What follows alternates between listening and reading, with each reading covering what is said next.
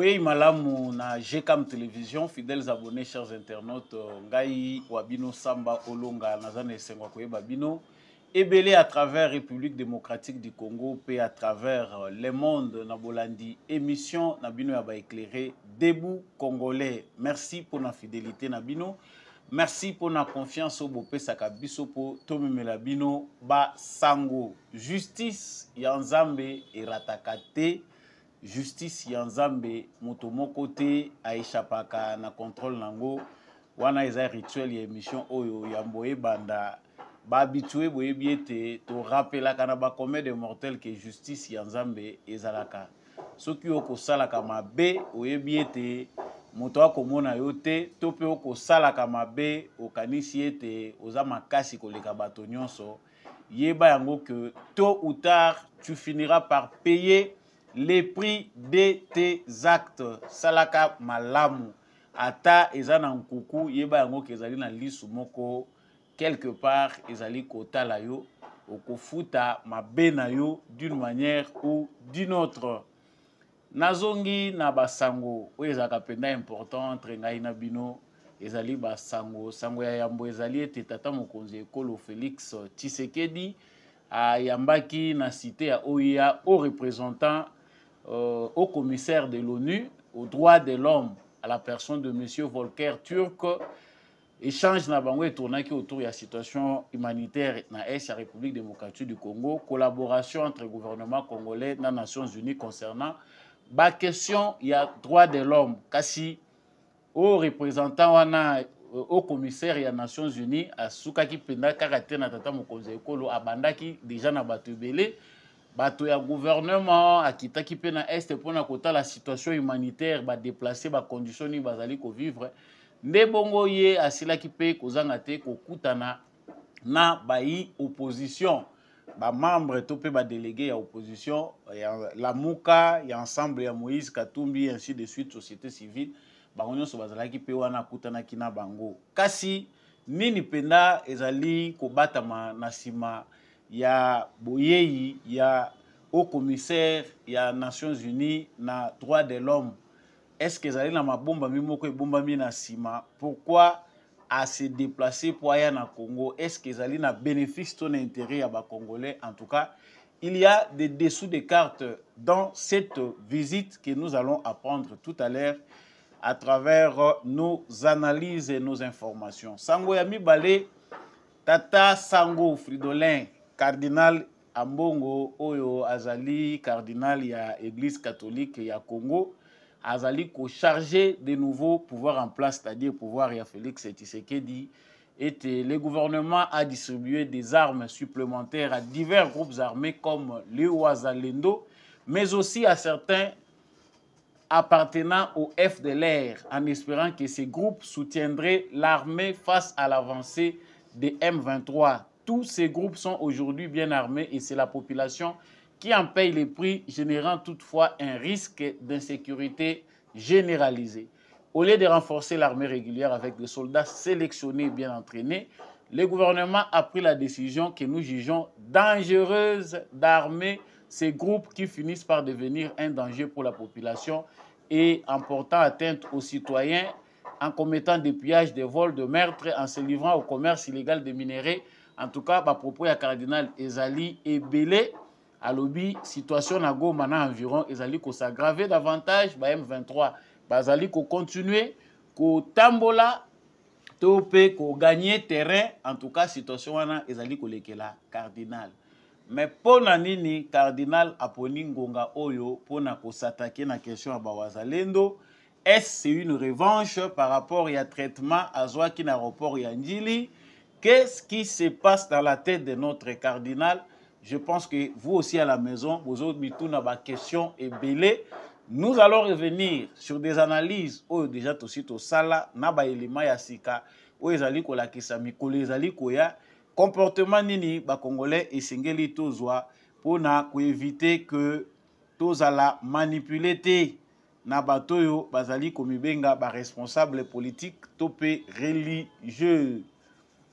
Jean-Pierre Bemba, ministre ya défense na biso République démocratique du Congo, a quitté mokolo lelo vendredi 19 avril na Bunia na Ituri ezali na cadre ya mission évaluation pe inspection ya ba opération militaire tokolobela ngo pe na kati ya mission oyo tobelelaki makasi mpona likambo etali inspection makambo ebele ezali koleka na front eza koéchappe na bato bazaka na Kinshasa et c'est là une réponse na kobelela oyo tozali kobelela ntango nyonso tokolobela ngo na kati ya mission na biso yambo ete tosukisa na likambo etali Jacques Ndala oyo azalaki jusque là président ya jeunesse ya ensemble pour la république ya Moïse Katumbi ye asili bongo kopesa mokongo na lisanga wana ya politiki oyo tobengi ensemble alobi ezali lisusu na confiance te ya mokonzi ya parti politique wana Moïse Katumbi azali kokamba ensemble te mutu aza kokamba ensemble ezali nde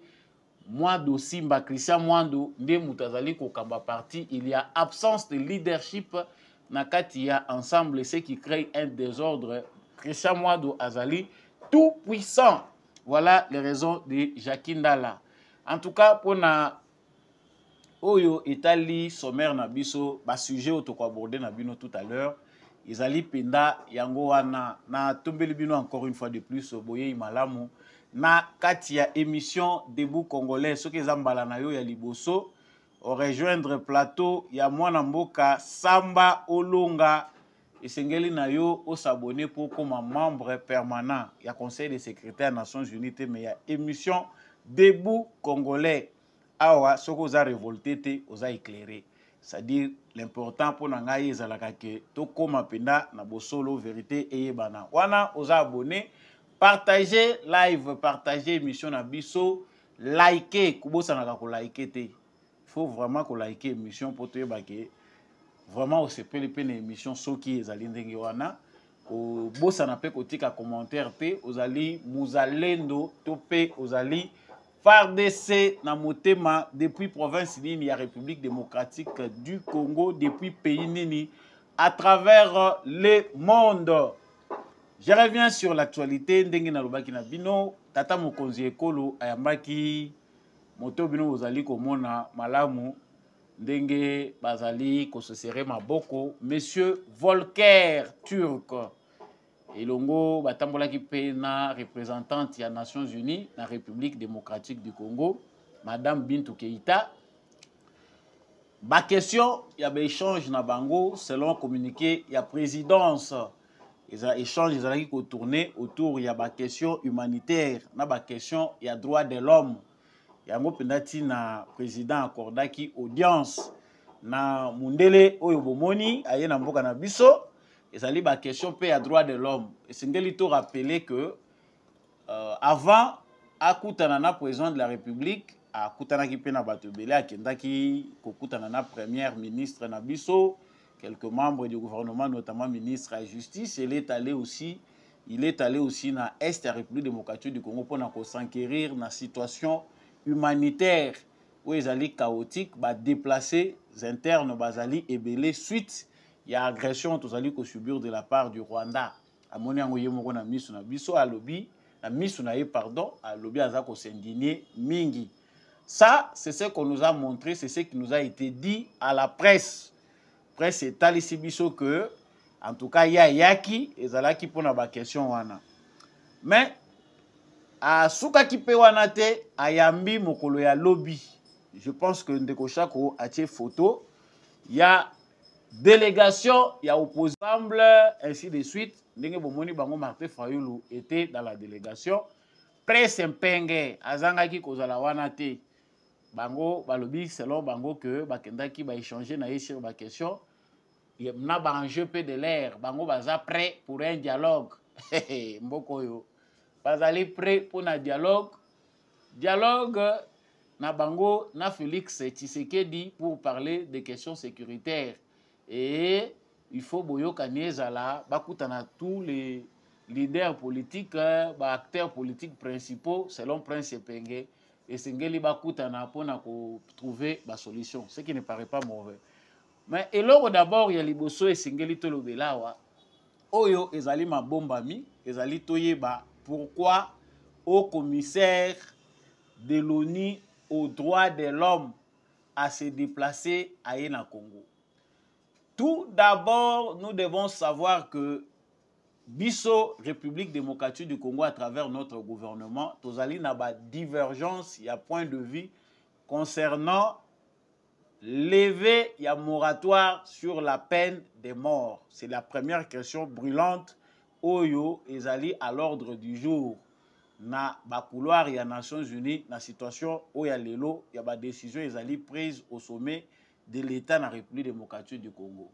L'Union européenne, les États-Unis, les Nations Unies bazali contre décision oyo République démocratique du Congo ezui ya kolongola moratoire sur la peine de mort, malgré les explications et les raisons oyo gouvernement na biso azali kopesa concernant lever à peine de mort. Les Nations Unies, l'Union européenne, ba pays union sotoyo kaka balobi baza ba partenaire na ba organisation bazali ko s'opposer na position wana ya gouvernement congolais. Awa au commissaire ya ONU na makambo etali droit de l'homme aye na Congo, il faut toyeba ke question ya liboso ezokotungisa bango ndenge organisation na bango ezali komonela makambo ezoleka na Congo. C'est d'abord ça. Ils ont tout oublié. Na moment tozali koloba la question qui taraude les esprits, il y a bateau yo bazali na Nations Unies, les occidentaux en général, c'est la question de la peine de mort pour les traîtres comme annoncé dans le gouvernement congolais et les terroristes. En tout cas, bango pona bango balobi balingité. Nous avons déjà conclu que ceux qui s'opposent à la peine de mort ndenge ezongi en application na Congo, bazali batoyo, bazali assimilés aux ennemis. Les raisons qu'ils avancent n'ont pas de hauteur pour to contrebalancer ou bien to équilibrer na ba fait tel que tozali ko vivre ango na République démocratique du Congo. Traîtrise ezali mingi, infiltration, trahison, ba militaires congolais belé bazali ko continuer ko trahir pe ko bomisa baninga, bazali ko sala ba acte o ezali ko lakisa penda ki o ezali trahison. Tokoki ko continuer ko dorloter bango te. Il faut des mesures radicales qui peuvent dissuader ceux qui trahissent le pays de ne jamais plus le faire. Bao bazali batikali bakoyeba ke soki na trahir et que bazwinga en tout cas na kokende ko trahir na mboka mususu kuna dans l'au-delà. Donc le haut commissaire de l'ONU aux droits de l'homme ayende na Congo pour na koyebisa Tshisekedi la décision des Nations Unies. Nations Unies balingi te situation à Congo, justice ya Congo ndenge bango baza komone lango, baza d'accord que République démocratique du Congo ezongela koboma batu soit disant que baza ko trahir. En tout cas, condition à justice na biso ezali ko rassurer bango te. Il faut gouvernement congolais à revoir décision wana. Je pense que comme toutes les institutions de la République démocratique du Congo, président de la République a causé l'exception. Tout le monde qui président de l'Assemblée nationale à l'intérim Mikolo Mbosso Kodia a répondu qui la ministre belge des Affaires étrangères lorsqu'il aborda qui question wana. Pourquoi biso na Congo tozali kovande la likambo ya peine de mort tokolongolango lisusu te? C'est à cause de la traîtrise, à cause de la réalité où biso tozali ko vivre où ezali ya biso. Mbosso appelle ça qui leçon moko ya histoire. La ministre belge pour na kotalisa ye que même en France, parce que France ezali pays pene na Belgique à l'époque na ba mbula oya kala elekaka na bamboka na bango, ils ont aussi appliqué la peine de mort. C'était par rapport à la réalité de cette époque-là. Ba traître bazalaki exécuté. On ne peut pas nous empêcher nous dans une telle situation to appliquer te ba mesure oyo bango ba appliquer na bamboka na bango pe lorsqu'ils se sont trouvés en face des citoyens qui n'étaient pas dignes, des citoyens qui trahissaient leur pays. Il n'y a rien de nouveau sous les cieux. Nous devons être fermes par rapport à notre position. Et nous pensons, même ceux qui ont dit que le président de la République azongeli maye ba institution nyonso et lobby concernant les cambo. Il y a peine de mort.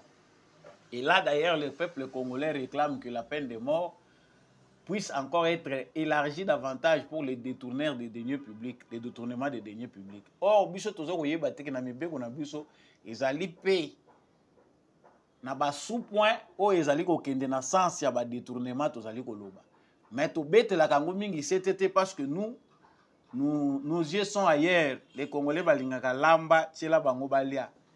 Ba ko participer na bango na kolamba te. Donc ce monsieur est venu nous importuner pendant que nous Congolais nous pensons à endiguer cette crise de trahison dans notre pays, cette crise qui nous a amené l'AFDEL dans ce pays. Bango baza koya pona kotia la biso ba bâton dans les roues. Parce que avec les Nations Unies, bango bavandela ba pays, baza lokola ba eza nango organisation moko ba tia pona ko contrôler kaka ba pays oyo bazana nous faibles. Bazali parmi ba nations puissantes te bino muto banda ko subir dictat ya ba puissant. Soki bazali komona mokonzi moko boye azali ko se laisser faire facilement na domination na bango. Il faut balukela ye ba raison moko lié ya na ba valeur ya Nations Unies oh bango moko ba pekisaka te bango moko ba lobelaka te. Qu'est-ce qu'ils vont chercher? Les raisons non respect des droits de l'homme, nous nous inquiétons, nous voulons suivre de près la situation des droits de l'homme dans les pays. C'est comme ça avec les Nations Unies. Nations Unies est un instrument, il y a des pays puissants pour dominer les faibles. Voilà pourquoi il s'accroche tant à la question des droits de l'homme, ceux qui balingi, batelemela mutu moko songolo pakala.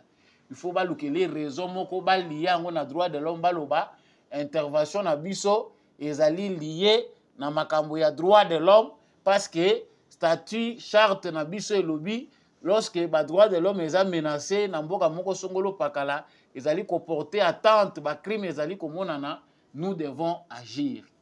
Souvenons-nous que dans tous les pays où moni barbarie, sauvagerie à occidentaux et monani bakei, lorsqu'ils sont allés menacer Kadhafi, Tiba Bomaye, ils ont évoqué les droits de l'homme. Lorsqu'ils sont allés tuer le président ya Irak, Bakeko Boma Saddam, ba évoqué, ba créé ba raison. Allez ba sociango, ba tiena régime na yeza sanguinaire, tout ça après. Nous nous sommes rendus compte que c'était du mensonge. Il y a que Tshisekedi Azali, Saddam Hussein, Tshisekedi Azali, Kadhafi, mais nous voulons ici démontrer comment ces gens ici opèrent. Ces hauts fonctionnaires de l'ONU qui est venu avec les droits de l'homme dans la bouche n'est pas venu pour ça. Bango bazali na carte na bango, oyo bango bazali ko betela na Congo. Il faut qu'au Congo le désordre soit là. Il faut qu'au Congo to bomana na ba problème oyo. Bango ezali ko faciliter bango pillage na bango. Lorsque nous voulons prendre une initiative qui va dans le sens ya ko s'organiser pour mettre terme à ces crises, bango il faut bailler la biso ba leçon. Vous aurez compris. La situation humanitaire c'est se moquer de nous parce que situation oti ezoko comme dramatique bazali ko observer depuis longtemps. Le haut commissaire des Nations Unies aux droits de l'homme, Azali Moupayate na planète Terre. Tout ce qui se passe au Congo, Azali informé. Tout le monde qui était koya na lombango na Congo lorsqu'on a parlé des massacres de Kishishi. Ba bomi, ba massacre, ba Congolais, les M23 continuent des hécatombes en hécatombes, de massacre en massacre. Au commissaire des Nations Unies, Atikali Kocha Makolo Awati. Pourquoi en ce moment nous devons en tirer les conséquences, voir le pourquoi de cette visite, les dessous des cartes de cette visite, ezali ko sakanande na ba Congolais. Parce que surtout le but que baye kaka pona ko interpeller Tshisekedi, ça va apparaître comme un problème lié na Tshisekedi pour l'intérêt à Tshisekedi. Mais c'est se moquer de nous Congolais. Les sondages de l'opinion montrent que les Congolais en général sont d'accord avec la peine de mort. Et il n'est pas question que Moutate le Melabi soit. Collaboration sur les questions liées aux droits de l'homme, ils ont une vaste aventure, ils ont en théorie, en pratique, Celui qui n'écoute pas les puissants, Yewanande Balukelaka Bapou Namutu na ya Libanzi. Il a aussi rencontré les délégués de l'opposition. Cause Ezalinini. Nous avons des gens qui veulent être traités des bébés. On dit bien que M. Volker Turk, Azali, commissaire de l'ONU aux droits de l'homme, haut commissaire, pour les droits de l'homme, aye alingi ayoka version ya mutunyonso parce que en termes de procédure, c'est de cette façon-là qu'ils doivent évoluer pour attirer conclusion moko générale sur la situation des droits de l'homme en République démocratique du Congo, société civile, opposition, pouvoir, population, bazali ko subir, affre, guerre, tout ça. Et puis, il va faire un rapport dans les droits de l'homme sur base de visite au Yemoko Sali, parce qu'à Sali, il y a 4 jours. Mais, si la makambozo bimata, bazako ndekota la bao, bazo mibenga soit disant ba opposant. Martin Fayulu pe na kati vient na bisokuna. Oh, toyoki ezako bime pas prince penge. Toyebisi bango selon masolo bango basolo likuna.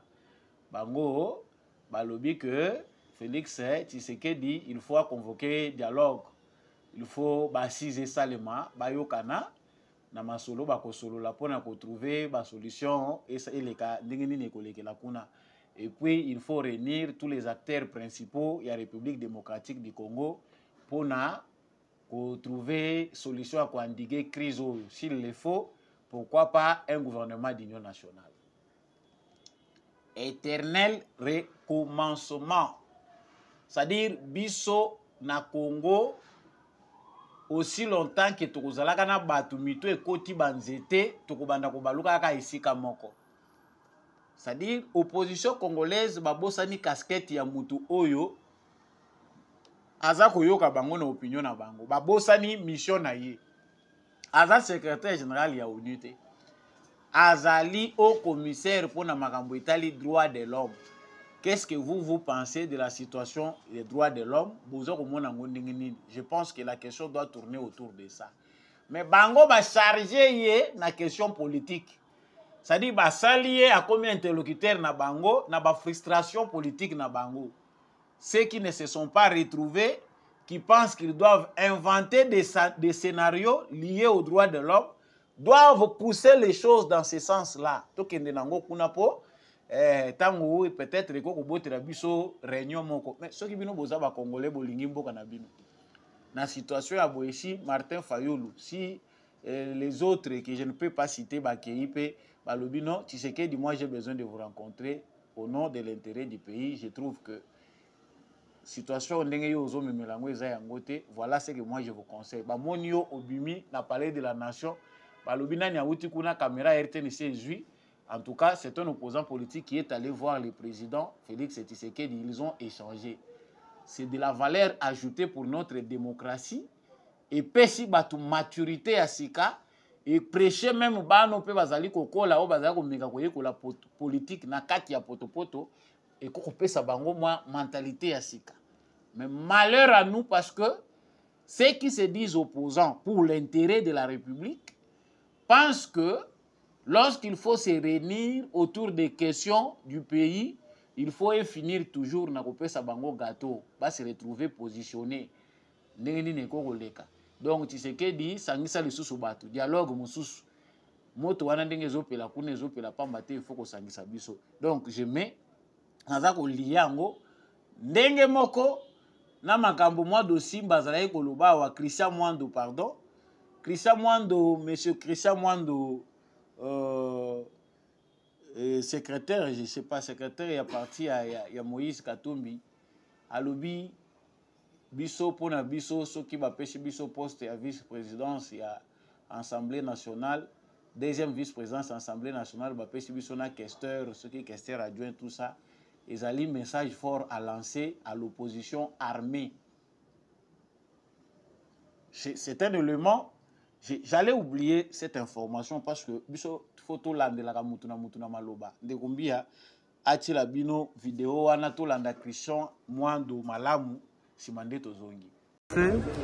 Non, évidemment il n'y a pas eu conciliation entre la majorité et l'opposition, nous avions demandé effectivement le poste de deuxième vice-président qui avait toujours dans le passé, qui était dévolu à l'opposition parce que c'est un poste de contrôle, et le poste de rapporteur adjoint pour faire l'évaluation des rapports parlementaires. La majorité n'a pas jugé cela nécessaire, elle a trouvé qu'elle pouvait continuer à gérer pratiquement seule. Parce qu'aujourd'hui, vous savez que ce qui n'est pas normal, c'est d'avoir une majorité qui a 96% de place dans l'hémicycle. Et il était important que cette majorité use de sagesse pour permettre à l'opposition d'être visible et lisible au sein de l'Assemblée nationale. Ça n'a pas été le cas, mais elle est majorité, elle a pris sa décision. Nous nous inclinons en toute démocratie et nous espérons que nous allons nous réunir très bientôt avec toute l'opposition pour désigner notre candidat à ce poste. Mais sur quelle base vous avez fondé cette demande des 2 postes? Vous êtes député national, dans l'ancienne législature également. Il y avait 50 députés nationaux pour les comptes de l'opposition, mais vous avez réservé avec l'Union sacrée à l'époque un seul poste, le poste de rapporteur adjoint. Pourquoi aujourd'hui vous êtes devenu davantage minoritaire, avec 25 députés pour l'opposition, vous demandez des postes? Je pense que c'est tenant compte aussi de la situation particulière que traverse notre pays dans ce contexte post-électoral. Nous sommes dans une période de guerre où des signes de plus de visibilité de l'opposition républicaine, l'opposition démocratique devaient être beaucoup plus forts. Je pense que c'est en tenant compte de tous ces éléments-là que ces signaux devaient être envoyés à notre population et à l'opposition armée pour dire qu'il y a de la place pour tout le monde.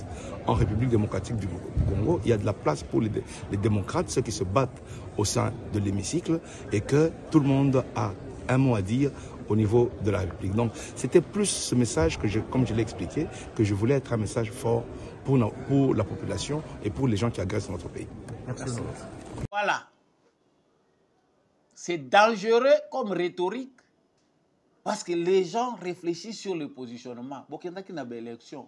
Taille, il y a représentativité par rapport à des députés Nabino. Olingi Basa il a oni. Bapé Sabiso des postes parmi les membres du bureau. Ba poste au biso tokozawana et kozala message. C'est-à-dire pour M. Mouadou Simba, il y a une opposition armée dans ces pays. C'est que pour lui, il déjà na kati ya ba propos na ye azako légitimer aventure ya bananga. C'est-à-dire, il y a un message fort pour lancer dans l'opposition armée qui est désormais l'opposition est reconnue. Ce que tu as dit, du coup, tu as en tout cas, il y a un sens de cohésion nationale, c'est une façon de faire. Faux! Ça va rester une culture qui encourage les barbares. Ils ne sont même pas rebelles, mais ce sont des traîtres de la nation. Mais, c'est bizarre. L'opposition congolaise qui pense que les hauts représentants, hauts commissaires de l'ONU aux droits de l'homme, Azali Mutoyo, a facilitateur, le dialogue, et l'époque Kabila, pour le dialogue, c'est Salima.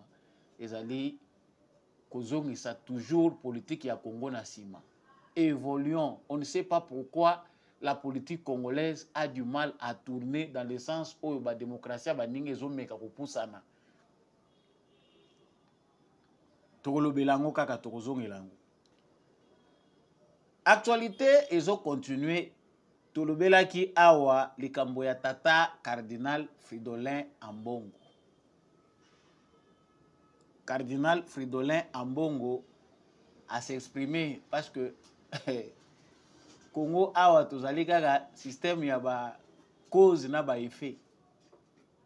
Fridolin Ambongo toyebi te soki Tchouki azwaki tango ba conduire ye ba lobi salon d'honneur o eza awa eza sous réservé na yo te kende na VIP eza kuna kota ba passager nyonso balekelaka.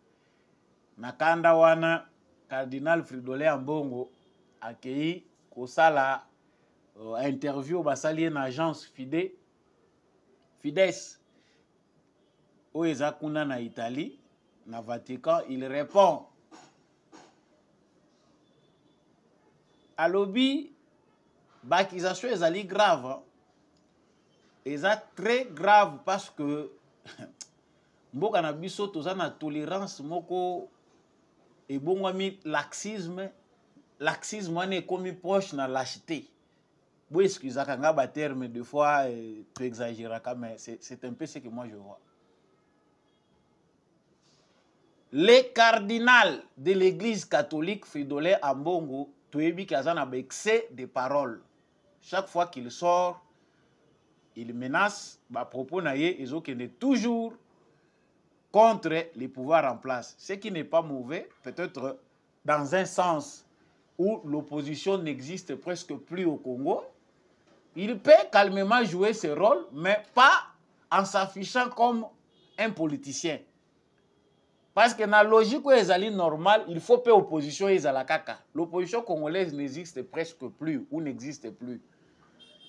Rôle au cardinal a joué, ce qui a zali kolobela ba question ya malamu où ils à l'ordre du jour avec vraiment sens ya patriotisme na amour ya Congo et koki ko aider biso.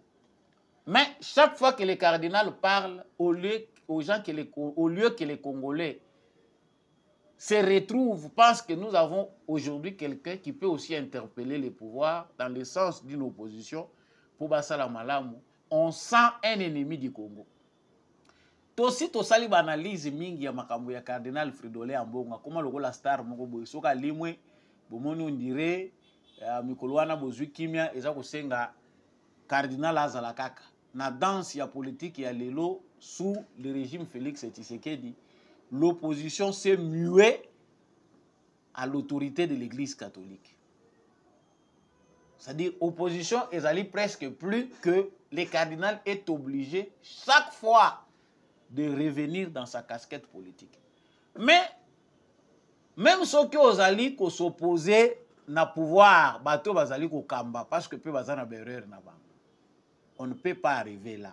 Je le cite, le gouvernement a distribué des armes supplémentaires à divers groupes armés, comme les Ouazalendo, mais aussi à certains appartenant au FDLR, en espérant que ces groupes soutiendraient l'armée face à l'avancée des M23. Je peux m'arrêter d'abord là. Ezali très grave.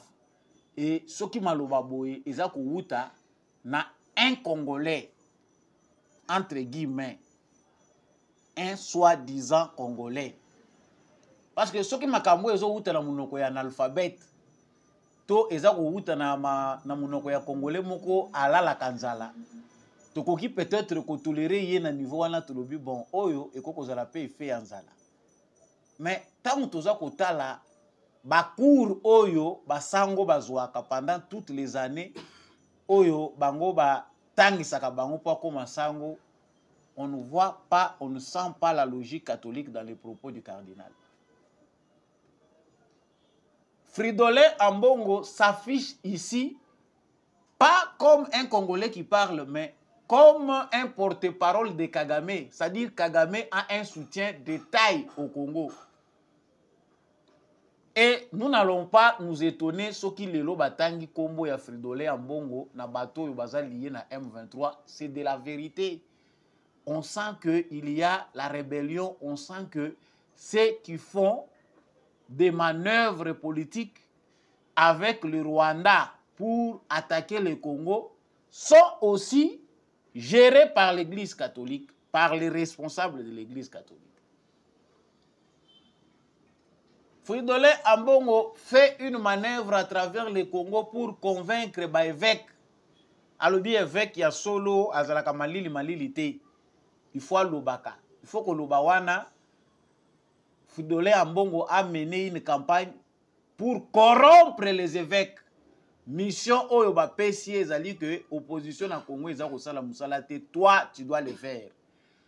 Quant à mobiliser les évêques, bisika zo kende biso zo kanisa keza visite pastorale alors que Fridolin Ambongo va pour na kopesa ba évêque mission politique, ba lobaka ba question politique, pas pour l'intérêt du Congo mais pour leurs intérêts bisika balelaka.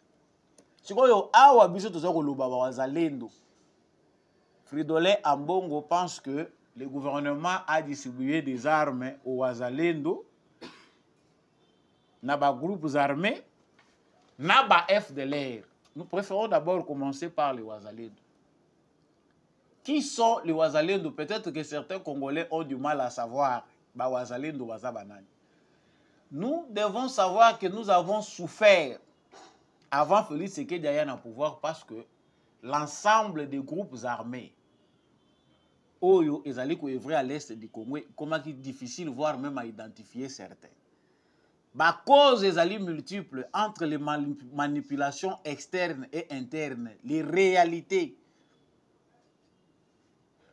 Bana ya ba oyo ba vivaki guerre, bana oyo ba raté, ba tangité, ba moni pasi, ba moni ninité, bazali agressé tout le temps, ba koli na so ya masasi, ba moni peke. Et loko biso pe toko ko sala poto survivre eza pe ko mimaka mandoki wana. Les réalités sont multiples que toko ko résumer en ngote na cause moko. Ba cause ezali ebele. L'absence de l'autorité de l'État, l'agression, le non-encadrement, bah, aisé, belé, à ma cause.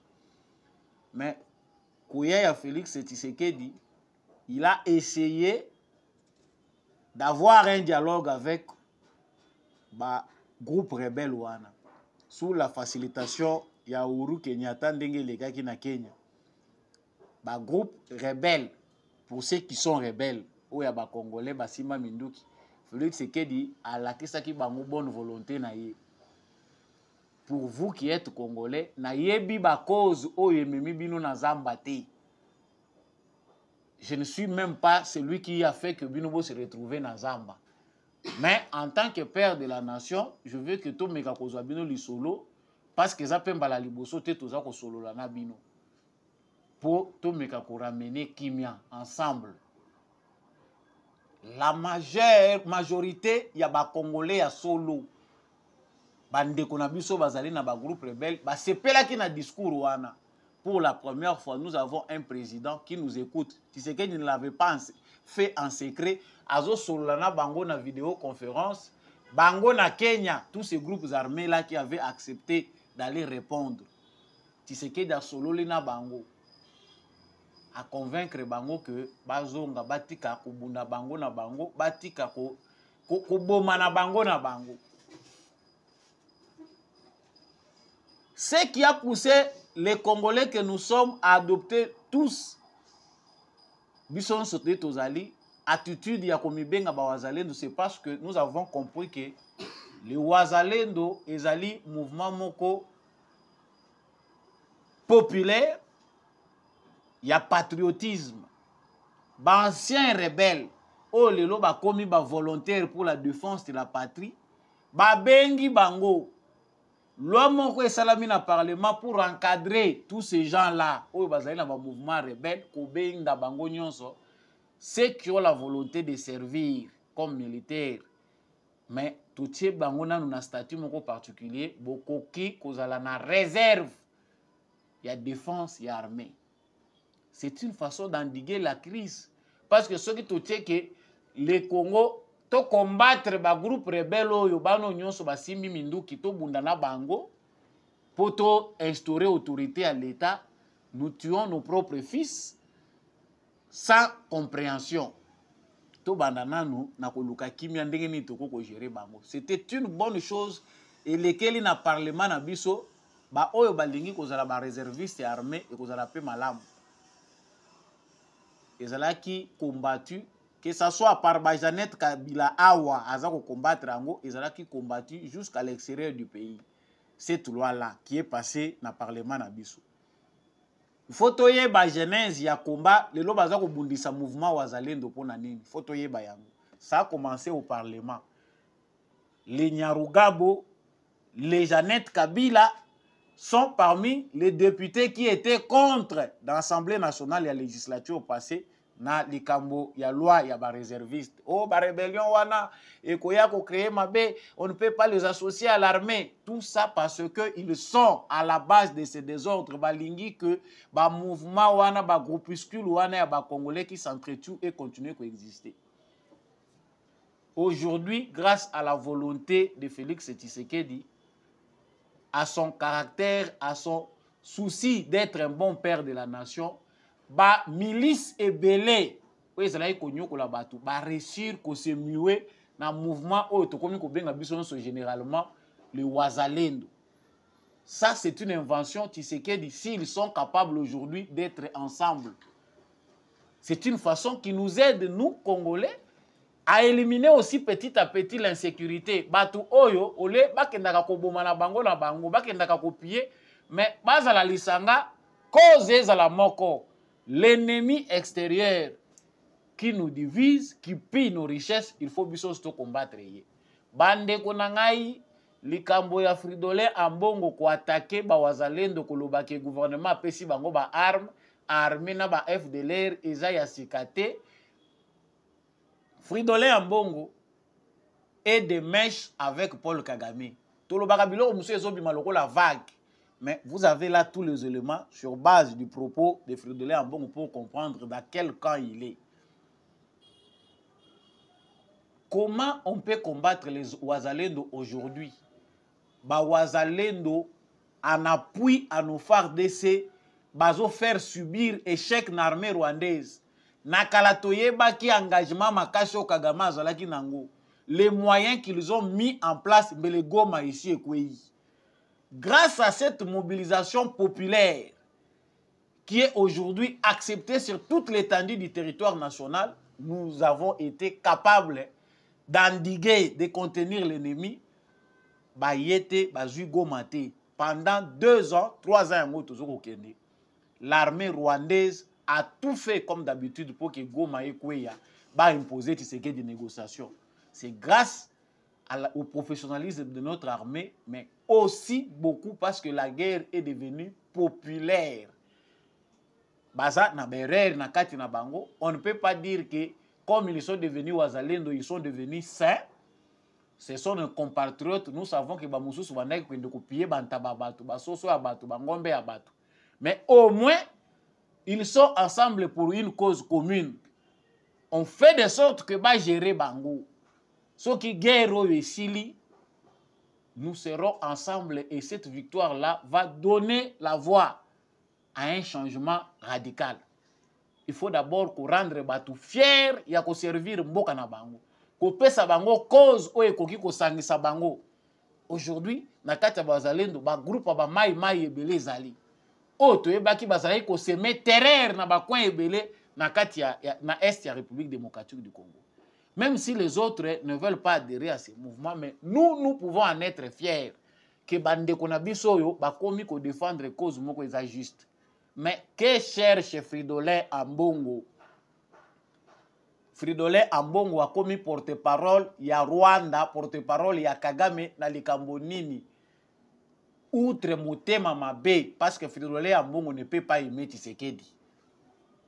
Mbongo yo ba mesana ki kolia, kozwa ya mabe, konyoko la ba parents congolais à travers ba école ou koma ba bien privé na bango. Ba école conventionnée catholique ezali ba bien privé lelo ya basango ebele. Gestion na mongo eza opaque. Eza lisusu lokwa ya basango te. On n'en parle pas. Dans les concessions, parce que les catholiques a sombara lupango te. Ba mapangu nyonso wana eza ba bien l'état. Eza na lupango moko te catholique azwaka oyo basombaka mbongo bazana mukanda na facture que basombaka mabele wana. Non, on leur a donné ces terres là en échange d'une convention statut na bango ezali ba œuvre ya charité. Eza ba œuvre commerciale te. Lelo oyo ba œuvre wana ezali transformé na ba œuvre commerciale. Ba koma ko sala commerce. Plusieurs écoles privées na kati ya ba confession na kati ya ba concession catholique. Baloba te. Tshisekedi aye alobi te ba parents ba souffler nanu ata pour éducation de base et komi ngambo. Et likolo na yango mutema mabe ya mbongo. Kaka ndenge eza ko rime ya mbongo na mbongo, c'est la même chose. Le pays est aujourd'hui vendu au sommet du monde à cause d'un cardinal qui n'a pas l'amour du pays. Différence nini ezali entre ba propos ya mbongo na ba propos ya un Rwandais qui critique Félix Tshisekedi. Non, ba armée na ba FDLR, ba armée ba azalendo eza ko se tourner contre population. Le bévi existe partout dans le monde. Kagame azali ko armé ba milice terroriste ba terroriste to toza ko benga M23 eza invention ya Kagame. Toza ko mona jamais cardinal ya Rwanda a s'attaquer na Kagame na mabeo ya za ko sala parce que ça va se retourner contre le Rwanda. Cardinal ya Rwanda za ko sala ngote. Par contre ba sango ya Rwanda bazali koteya bana na bango ba fidèle na bango ke Masisi eza Rwanda, Masisi eza mboka na bango. Tôt ou tard bakovanda na Masisi, Masisi eza mboka na biso, Masisi eza Rwanda. Wana ba sango ya Rwanda. Sango ya biso, sango mokonzi ya katolike aza ko détruire bandeko na ye, ake na guerre contre ba wazalendo. Chers frères wazalendo, chers Congolais qui vous oboza ko se reconnaître na mouvement wana. Sachez que nous avons un ennemi interne qui parle le même langage avec les Rwandais et ça c'est très dangereux. Na yebite ba mitemo ya biso yo soki balinga ba benga biso Mobutu te. Est-ce que devons-nous encore accepter d'avoir un pasteur loko la Fridolin en Mbongo, d'avoir un cardinal na sens oyo Mbongo ango ata bako justifier oyo oza kozwa pona quand oyo oza ko appartenir mais to ko koma na point oyo te. C'est que by effort nyonso eza fourni na Tshisekedi eza kolobela Mbongo eloko moko te. Eza jeté na mai. Mbongo parle le langage de l'Union européenne, le langage du Rwanda pour imposer un dialogue. Bazali ko armé bango, eza ko même insécurité, Goma ezali na risque, le M23 ne fait qu'avancer. Na nyonso wana yo en tant que muto eyaka kote ya batu lati ebele ya nzambala. Espoir nini ozopesa na ba Congolais et l'autre côté. Il faut que décourager ba Congolais.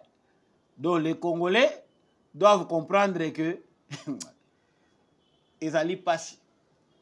Bano yo lelo yo ozoko lo baza ko kabolela bango minduki baza ko sala boye. La plupart ils sont victimes. Bazali fruit ya complot international. Ba ebele ba botami na ba condition tata zate mama zate.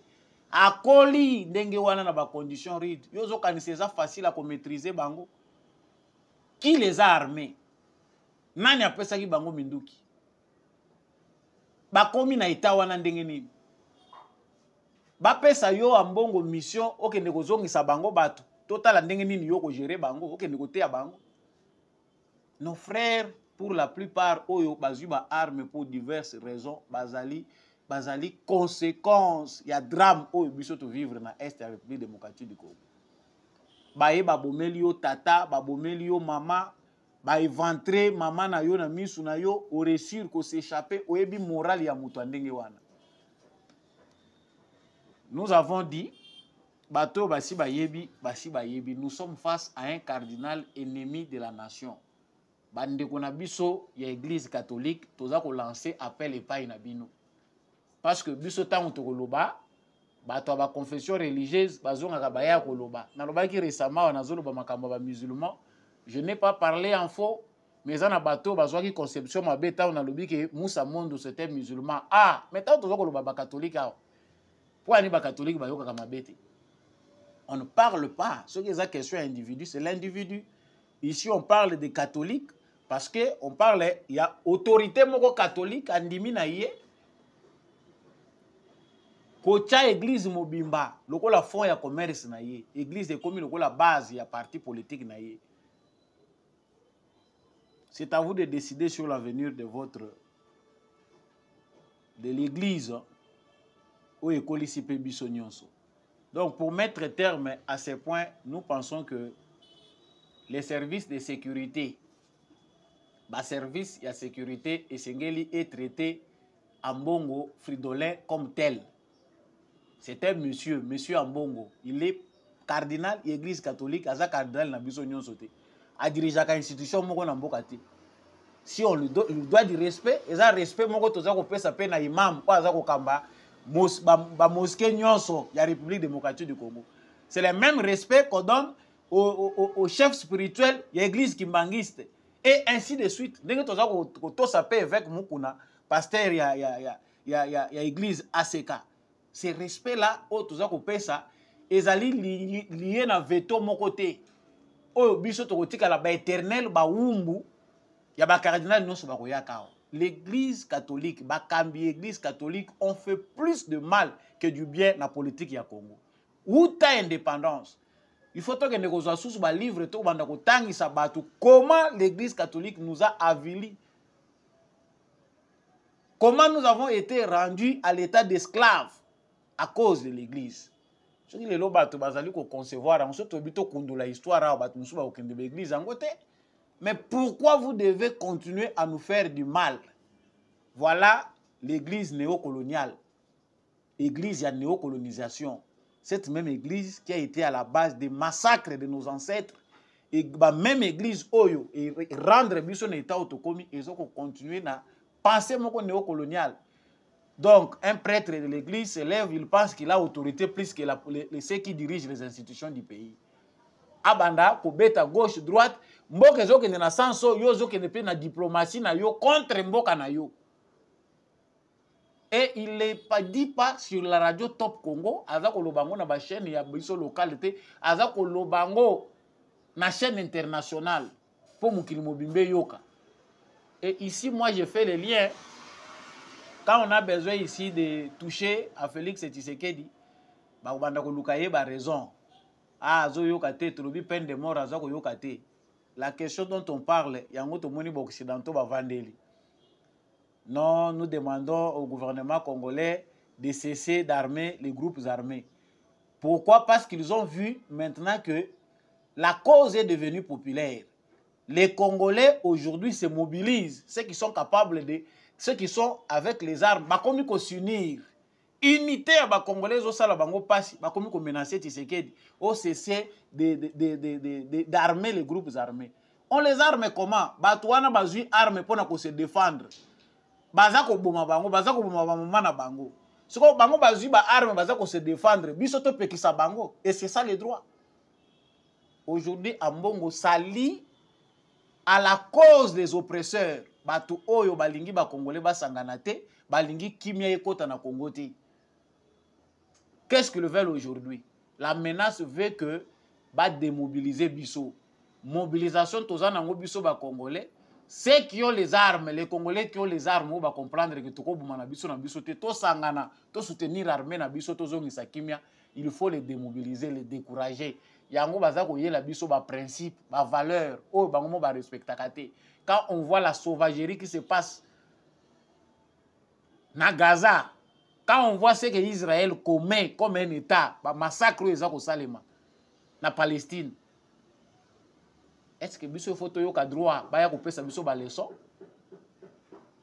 Ezaka biso nde mutu to salami poto respecter ba valeur ango. Bandeko ba wazalendo bo banga mutu te to ko bakisama en nombre. S'il faut que même biso ba oyoyo tozali prêter pona kokota ngo to kota ngo biso nyonso to kokota yango.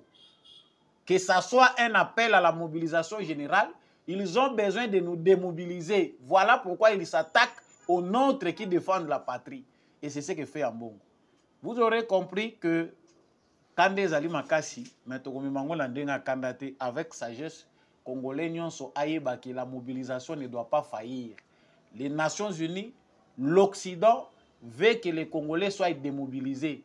Ils ne veulent pas qu'à un seul instant, les Congolais va s'unir autour ya objectif. Bayebi ke kobaluki la bango.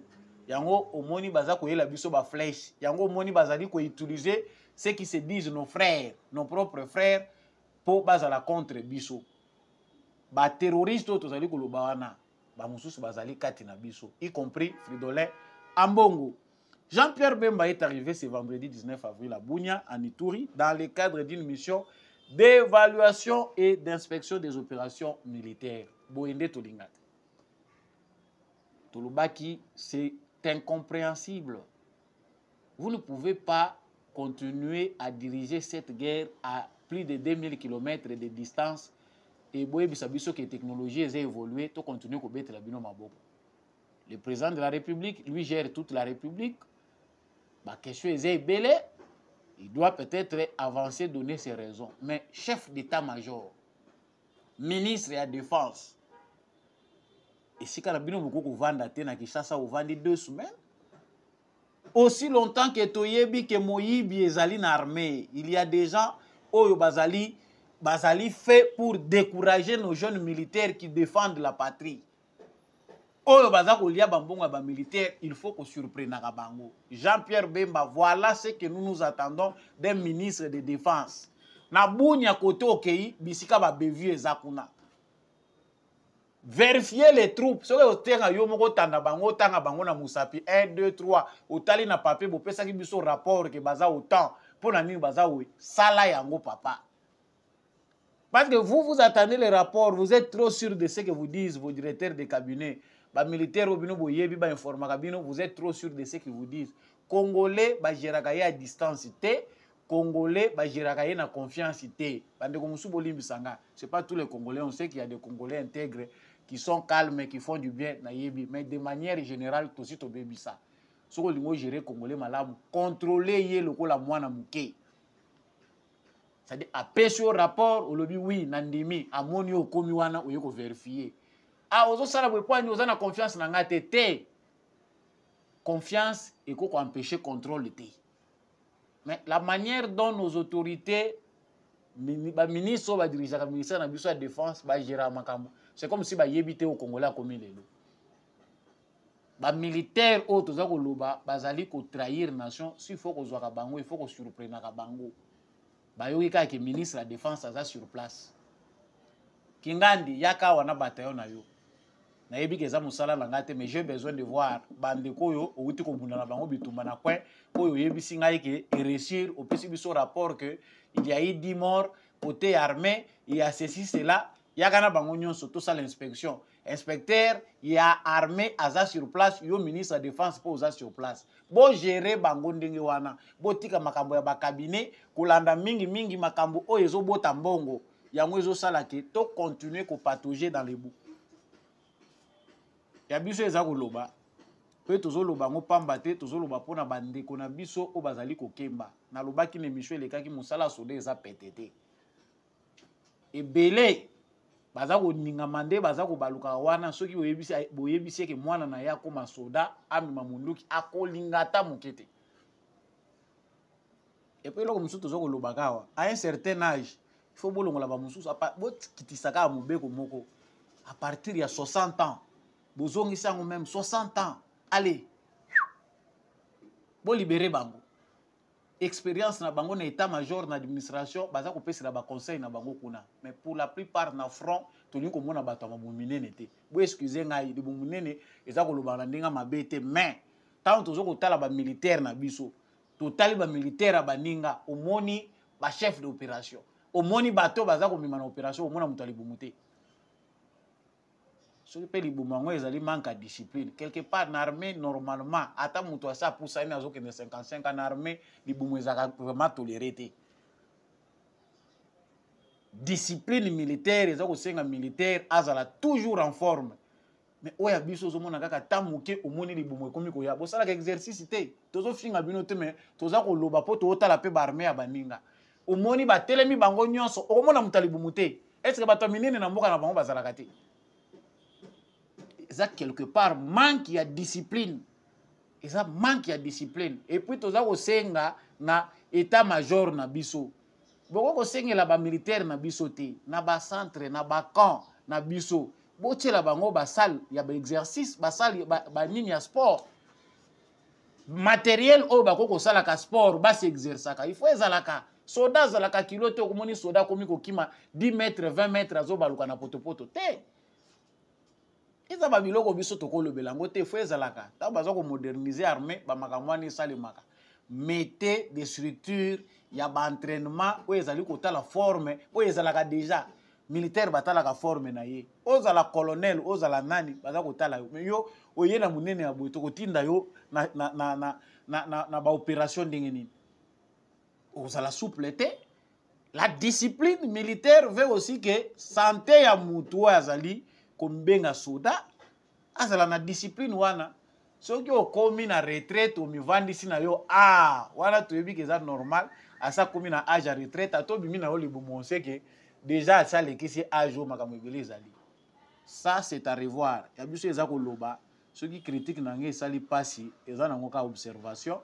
Nous parlons pour que ceux qui peuvent nous écouter va améliorer façon à kosala musala. Tout ce qui ici na ndeko Jakindala ndeko moko atuni mutuna wa Jakindala kolonga ensemble combien de fois et logo le katika ezate Jakindala dit que apesi ensemble mu Congo parce que Katumbi aza leader té Moïse Katumbi azo gérer ensemble té tout nyonso le kala ensemble ezali Christian Mwandonde a gérer kango mais est-ce que ezali nde le londe bozo ko comprendre ango. Nous avons dit depuis longtemps que botika businessman oyo kimia. Vous avez besoin d'argent, mais le Congo a besoin d'avenir. Botika kwa mbrouye biso, cet homme d'affaires botika kwa entouré ye, akipe ata makambo abali, ataka ba action na ye na bambongo azana ngo ba million, ataka na Arsenal, ataka na ba Liverpool et kobota. Alandaka makambo abali, soka sengi biso président sa fait kofa, to kopesa ye.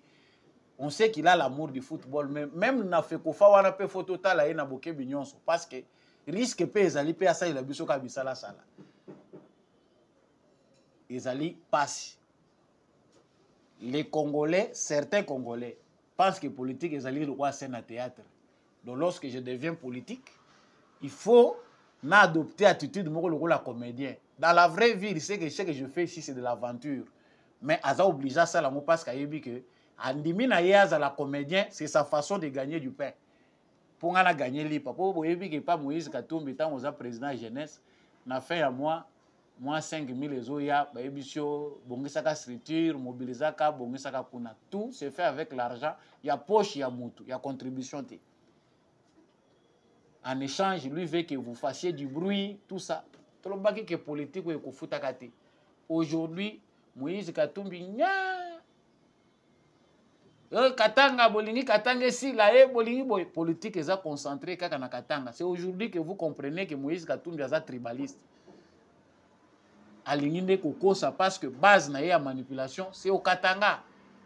Tant aza ko mona batu musu baza ya bazana ba esprit éveillé, azo mona bino le quoi ba ennemi.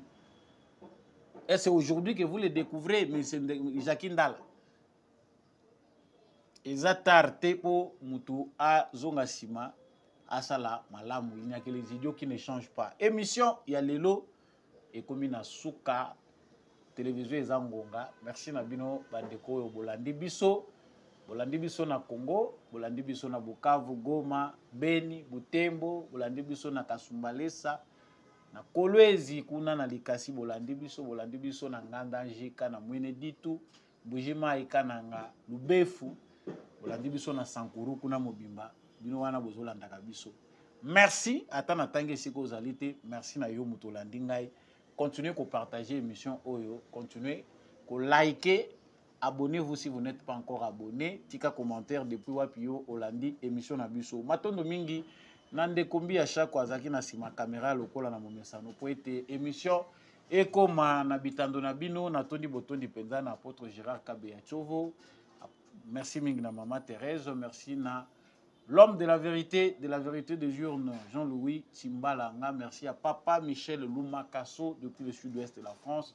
Merci à papa Boniface Mpunga. Merci à papa Maurice Kikangala depuis l'Irlande. Merci à papa Freddy Ngwama, mon vieux Paulin Chika. Merci à tous ceux-là qui aiment l'émission de Debout Congolais. Lokola papa Kennedy Mukendi, maman Lisette Mumbendu, maman Billy Bilonda, maman Anima Samba. En tout cas, je vous aime beaucoup. Vous qui aimez aussi l'émission Debout Congolais. Partagez. Likez, attendez à boire que les bangatés, on est ensemble, ton tour viendra. On se retrouve prochainement avec un nouveau numéro.